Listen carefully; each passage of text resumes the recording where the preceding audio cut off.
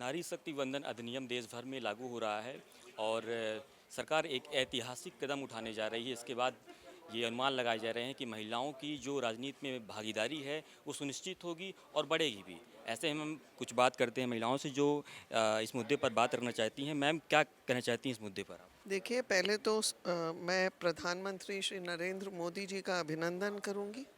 भारत की आधी आबादी को सशक्त करने का ये एक बहुत बड़ा कदम है। उससे भी ज़्यादा बड़ी बात ये है कि हम देश को विकास की पटरी पर नारी के हाथ में उसकी बागडोर सौंप कर आगे बढ़ने वाले हैं। देश की नारी जब 33% आरक्षण के मुद्दे से वो बहनें जो संसद के द्वार तक या विधानसभा के द्वार तक पहुंची पर उसमें प्रवेश नहीं कर पाई, तो उनको एक सुनहरा मौका है। ये एक ऐसी इच्छा शक्ति का परिणाम है जिसने पूरे विश्व में एक मिसाल कायम कर दी है। और मुझे ये भी लगता है कि भारतीय नारी का जो एक रूप है, वो नेतृत्व की क्षमता, वो मातृभूमि के समर्पण के लिए, शिक्षा, स्वास्थ्य और स्वावलंबन के लिए मुझे लगता है एक उत्कृष्ट उदाहरण है। और आज जो भारतीय जनता पार्टी की शीर्ष नेतृत्व में सरकार ने पूरे देश में ये योजनाएं दी हैं आधी आबादी को, जिसमें उज्ज्वला योजना के तहत माताओं और बहनों को एक धुएं से मुक्त हो गई हैं, खाना बनाती हैं तो अब उनके बच्चे भी बीमार नहीं पड़ रहे। महिलाओं को अपने घर की छत दी है और उसका मालिकाना हक दिया है। साथ में उनके स्वास्थ्य के प्रति जागरूकता है, टीकाकरण के शिविर लग रहे हैं, आयुष्मान योजना से उन्हें अनेकों लाभ मिल रहे हैं।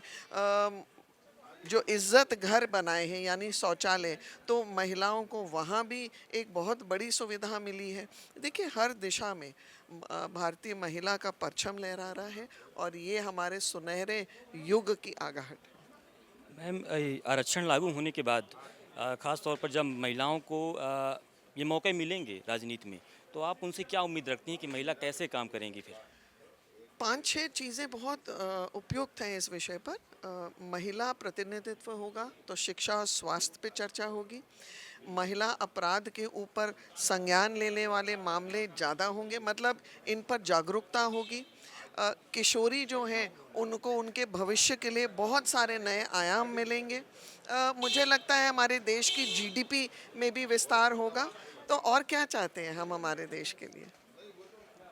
मैम, क्या महिला आरक्षण के बाद क्या महिलाओं की स्थिति सुधरेगी? क्या आरक्षण से ही, क्या कुछ और भी आपको लगता है कि भारत सरकार को ऐसे कदम उठाने चाहिए जो महिलाओं की सुरक्षा के लिए, जो महिलाओं को आगे बढ़ाने में योगदान दें? आपको क्या लगता है भारतीय महिला कहीं पीछे है पूरे विश्व में? हमारे महिला वैज्ञानिक 56 वैज्ञानिकों ने जो चंद्रयान का अभियान था उसमें भागीदारी और प्रमुखता से ली है। वहीं गगनयान और मार्स मिशन के भी अंतर्गत उनकी भागीदारी थी। हमारी महिलाएं बेटियां रफ़ेल उड़ा रही हैं, वंदे भारत उड़ा रही हैं, चला रही हैं। उसके साथ में आप न्यायालय में देख लीजिए, वहाँ इनका योगदान है। शिक्षक हैं, डॉक्टर्स हैं, वकील हैं। आज हर क्षेत्र में नारी आपको उपस्थित मिलती है, उसका योगदान मिल रहा है, उसके कार्य प्रणाली से सिद्ध कर रही है कि वह बहुत योग्य नेतृत्व कर सकती है। और एक बहुत बड़ी बात है कि जो पंचायती गवर्नेंस सिस्टम है, लगभग 21 राज्यों में 14 से 15 लाख महिलाओं की भागीदारी 50% उनका योगदान लाती है। ये विश्व में एक बहुत बड़ा उदाहरण है।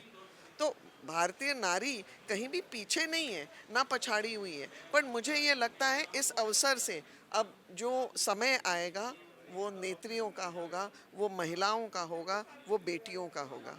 मैम, विपक्ष का कहना है कि महिला आरक्षण का हम समर्थन करते हैं, लेकिन जिसे परिसीमन से जोड़ा जा रहा है उसका हम विरोध करते हैं।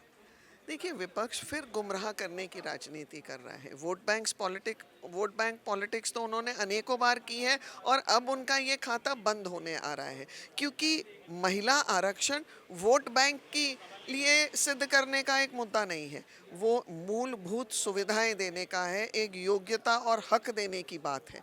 तो कांग्रेस को मुझे लगता है अब ये बेमतलब का विलाप और आलाप बंद करना चाहिए। और ये भी जानते हैं कि कुछ लिमिटेशंस थी कोविड की वजह से, और आज जब इन्होंने पूर्व में तो स्वीकार्यता दी थी 2023 में। अब उस पे आज जब हम सुनिश्चित कर रहे हैं, उस मार्ग पर आगे बढ़ रहे हैं, तो ये सब तमाशा करना मुझे नहीं लगता ठीक है। बात करते हैं बीजेपी की प्रवक्ता वंदना त्रिपाठी जी से। मैम, क्या कहना चाहती हैं इस मुद्दे पर आप? देखिए, ये सिर्फ एक बिल नहीं है, ये एक युग परिवर्तन की शुरुआत है जिसमें आधी आबादी को पूरा हक दिया जा रहा है। माननीय यशस्वी प्रधानमंत्री मोदी जी ने जिस प्रकार से सभी राजनीतिक दलों से आह्वान किया है कि इस आधी आबादी को पूरा हक दिलाने में सभी अपना योगदान करें, मैं भी सबसे यही अपील करती हूँ कि ये नारी शक्ति को स्वावलंबी बनाने के लिए, नारी शक्ति को नेतृत्वकर्ता, नीति निर्माता और आगे बढ़ाने के लिए है। इसलिए इसमें सभी आएँ, एकजुट हों और इस बिल को आगे बढ़ाएं, ताकि संसद में हमारी नारी शक्ति की ललकार गूंजे, विधानसभा में हमारी नारी शक्ति की चूड़ियाँ गूंजे और हम हर जगह नारी शक्ति को नेतृत्व करते हुए देख सकें।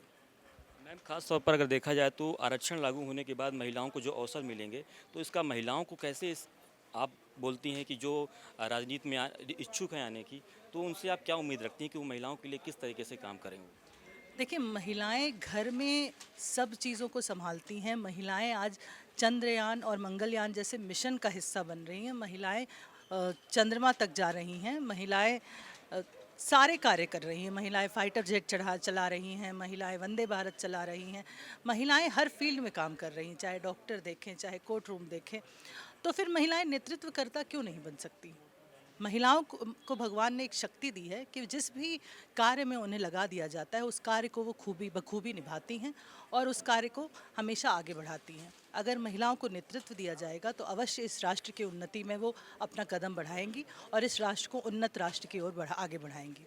मैम, अगर देखा जाए कि महिला आरक्षण का समर्थन विपक्ष कर तो रहा है, लेकिन परिसीमन का विरोध कर रहा है। ऐसा कह रहा है कि बीजेपी जो है वो परिसीमन को जोड़कर जो सीटी की संख्या बढ़ा रही है, वो अपने फ़ायदे के लिए कर रही है। देखिए, परिसीमन होगा तो सीटें बढ़ेंगी, तो सारे पार्टी के नेतागण उससे चुनाव लड़ेंगे। तो ये कोई एक पार्टी के हित के लिए तो हो नहीं रहा है, परिसीमन सबके हित के लिए हो रहा है। और जिस प्रकार से अभी सदन में गोगोई जी इसका विरोध कर रहे थे, वो दर्शाता है कि कांग्रेस पार्टी इस बिल का विरोध कर रही है। कांग्रेस पार्टी से बार बार ये अपील है कि ये आदि शक्ति को आगे बढ़ाने वाला बिल है, तो कृपया कर इसमें अपना योगदान दें और राष्ट्र निर्माण में अपना योगदान और अहम भूमिका निभाएं। देखिए, लागू तो पहले ही हो चुका है, मतलब लागू अभी अभी करने की क्या ज़रूरत थी, जब ये बिल ही 2023 सितंबर में पारित हो गया था, तो आपके पास 30 महीने का समय था इसको लागू करने के लिए। पर अभी बीच में, चुनाव के बीच में वेस्ट बंगाल के चुनाव चल रहे हैं, तमिलनाडु के चुनाव चल रहे हैं, इसके बीच में आपने एक सत्र बुलाया 3 दिन का, तो वहाँ कई सारे जो सांसद है वहाँ इंगेज हो जाएंगे, जो खुद अपने क्षेत्र में काम करना चाहते हैं। उसके बावजूद मतलब इतनी ऐसी परिस्थिति के बाद में अगर आपने 3 दिन का जो सत्र लेकर आए, तो ये निश्चित रूप से साफ साफ दिख रहा है कि आपने महिलाओं की नहीं पड़ी है, आपको सिर्फ सत्ता की पड़ी है और महिलाओं को वोट बैंक के लिए आपने सत्र बुलाया। जो कि 2023 में जो चीज़ पास हो गई उसको अभी लाने का क्या उचित था, समझ में नहीं आया आपको। जब आपने 30 महीने तक इतना धैर्य रखा तो 29 तारीख तक आप और धैर्य रख लेते, या आने वाले मानसून सत्र में आप इसको पारित करवा देते।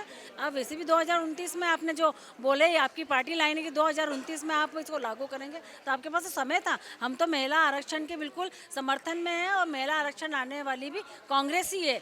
जो 92 में पंचायत में भी महिला आरक्षण कांग्रेस लेकर आई थी, जब कांग्रेस सत्ता थी 2014 के पहले, तब भी कांग्रेस ही लेकर आई थी। तब ये बीजेपी की सरकार ने इसका समर्थन नहीं दिया, साथ नहीं दिया, नहीं तो ये 2014 के पहले ही लागू हो जाता पूरे देश भर में। क्या आपको लगता है इससे कि महिलाओं की राजनीति में भागीदारी बढ़ेगी इससे? बिल्कुल, निश्चित रूप से 33% आएगा। हम महिला, जो सशक्त महिला है, जो काम कर रही है पार्टी के लिए, चाहे वो किसी भी पार्टी की हो, ये तो हम लोग तो हमेशा ही, क्योंकि हमारा तो हमेशा महिलाओं की तरफ ही कांग्रेस का रुख रहा है। चाहे वो पंचायत चुनाव हो, चाहे वो विधानसभा हो, चाहे वो संसद चुनाव या कोई से भी चुनाव या पार्षद चुनाव, हमने हमेशा महिलाओं की भागीदारी ज़्यादा से ज़्यादा करी है। जो महिलाएं राजनीति में इच्छुक हैं, उन्हें अगर अवसर मिलते हैं, तो उनसे आप क्या उम्मीद करती हैं? देखिए, अवसर महिलाओं को मिलते हैं, मिलेंगे बिल्कुल। अगर सशक्त महिला चुनाव लड़ने की जैसी है, लड़ना चाहती है, तो निश्चित रूप से वो 2-3-4 साल मेहनत भी करेंगी, चुनाव भी लड़ेगी। ये बिल पास होता है तो ये महिलाओं के फेवर में है, महिलाओं के समर्थन में बिल है। विपक्ष जो है परिसीमन का विरोध कर रहा है, इसका कारण? परिसीमन का विरोध नहीं किया जा रहा है, ये किया जा रहा है कि आपने जो महिला आरक्षण बिल की बात करी थी, आपने 2023 में इस चीज़ को बोल के रोक दिया गया था कि परिसीमन होने के बाद और जातिगत जनगणना होने के बाद आप इसको लागू करेंगे, और आप बीच सत्र में लेकर आए हो। मतलब बीच उसमें आपने 3 दिन का सत्र बनाया, इसको हम क्या समझे?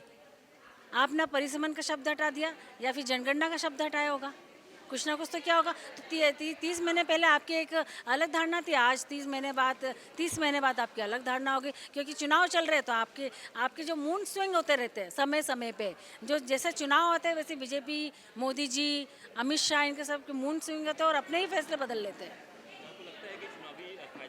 100% ये चुनावी फ़ायदा है। वो चाहते हैं कि वेस्ट बंगाल में कई महिलाएं हैं, तमिलनाडु में कई महिलाएं उनके वोट बैंक को रिझाने के लिए कर रहे हैं। उनको महिलाओं से कोई हमदर्दी नहीं है। देखिए, ये नियम तो 2023 में ही लागू हो गया था, मगर रोक दिया गया। तो मुझे लगता है जनता को ये चीज़ सोचना चाहिए कि क्या अचानक महिलाओं की याद किसी राजनीतिक फ़ायदे के लिए है। भरी आचार संहिता में जहाँ पे 5 राज्यों के चुनाव चल रहे हैं, उसके बीच में क्या आन पड़ा था कि मोदी जी ने स्पेशल विशेष सत्र बुलाया सदन का और उस पर अब चर्चा की जा रही है इस नियम के लिए। और डिलिमिटेशन का क्या हुआ? ऐसी बहुत सारी चीज़ें हैं जिनको किनारे करते हुए, दरकिनार करते हुए ये नियम अचानक से लाया गया। कांग्रेस पार्टी हमेशा से खड़ी हुई है और ये कोई मोदी जी का लाया नियम नहीं है। ये देखा जाए तो राजीव गांधी के समय से महिलाओं को प्रॉपर जगह मिल रही है उनकी, और कांग्रेस तो कब से कह रही है। 2011 की जनगणना की बेसिस पे जो ये अभी हो रहा है ये बिल्कुल गलत है। इनको पहले जनगणना भी करानी चाहिए और ऐसे किसी भी महिला के लिए जो नियम आते हैं उसका हम हमेशा साथ देंगे, लेकिन जो चल रहा है हम षड्यंत्रों के साथ कभी नहीं रहेंगे। जय हिंद।